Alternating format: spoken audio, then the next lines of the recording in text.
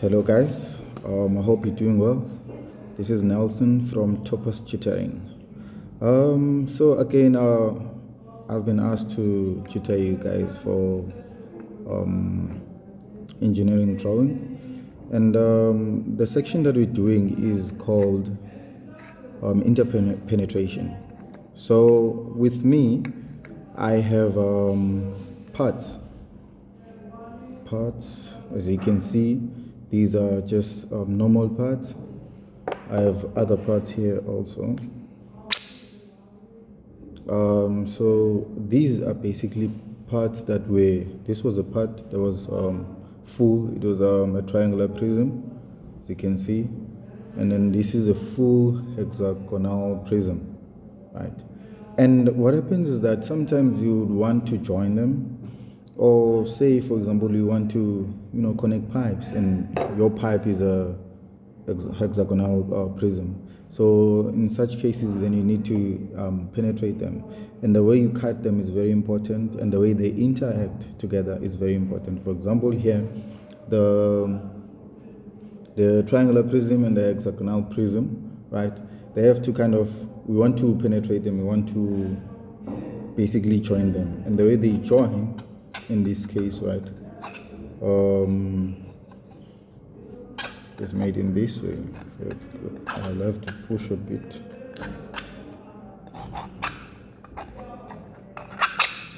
Right. So see, it basically penetrated from the top of the triangular prism, right, and then it becomes something like this, right? So it becomes something like this, which is one shape now, or one 3D shape, but then they're penetrated. So here in engineering drawing, what we're more interested in is not basically them joining or penetrating, but we're more interested in the interaction, basically, meaning these lines at which they connect at, right? So that is very important for us, because it means that if we know where those lines go or where they penetrate, we can be able to just design something like this, right? Design something like this and then just combine them when we need to. That's all, right? Okay. I have to find my way to connect it. Okay, but you get the point. So we need to be able to cut this, right? Because we're gonna have this prism, and cut it so that we can be able to put this one. Put those on the side. We have these now, again hexagonal prism, and then this is basically this is a rectangular prism, yeah, or square base prism, yeah. But now we want this to go in here, basically, because we want to join things, we want to combine two parts. So the way we're gonna do it, it's very important how we cut it, because this is what we're looking for, right? This is what we're looking for. So you can't just buy something like this. Say you are creating a pipe, for example, or you wanted to make this pipe connection. You can't buy something like this, right? You have to go and cut it, or you have to ask someone to cut it for you, to cut this one for you, right?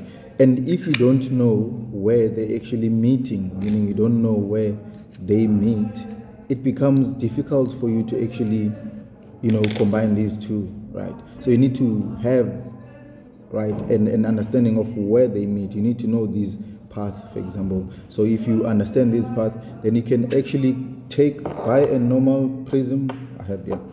Buy a normal prism, hexagonal prism, and just go and ask for it to be cut, right, according to the path that you determined. And as you can see, this does not look like a square, meaning the face here. So it's very important for you to kind of work around that.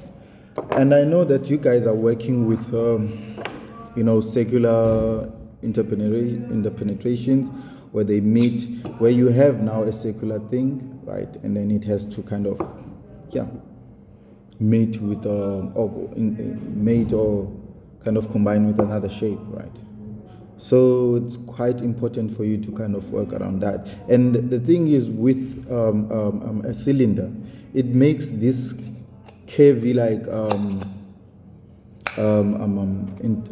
interaction here, right, or curve, right, that you have whenever you penetrate it through another shape, which is now very important, which is what you guys are working on.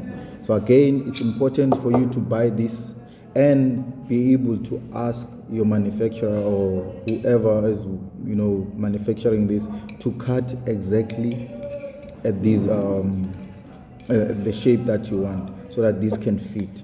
You don't buy it like this, you have to ask for it to be cut. So it's quite important for that. So our session is gonna be working around that, and again, as I mentioned, this is the most important thing that we're looking at. So most of the time they're gonna give you the shape and then ask you to draw the curves, right? The curves. Right? So how you draw them is very important, but one important thing that you keep in mind, this and this, they meet at certain points or at a certain surface. That's where we're working with. So yeah, I hope you guys have a better understanding of what we're doing and why we're doing it. Thank you so much. Looking forward to the drawing session.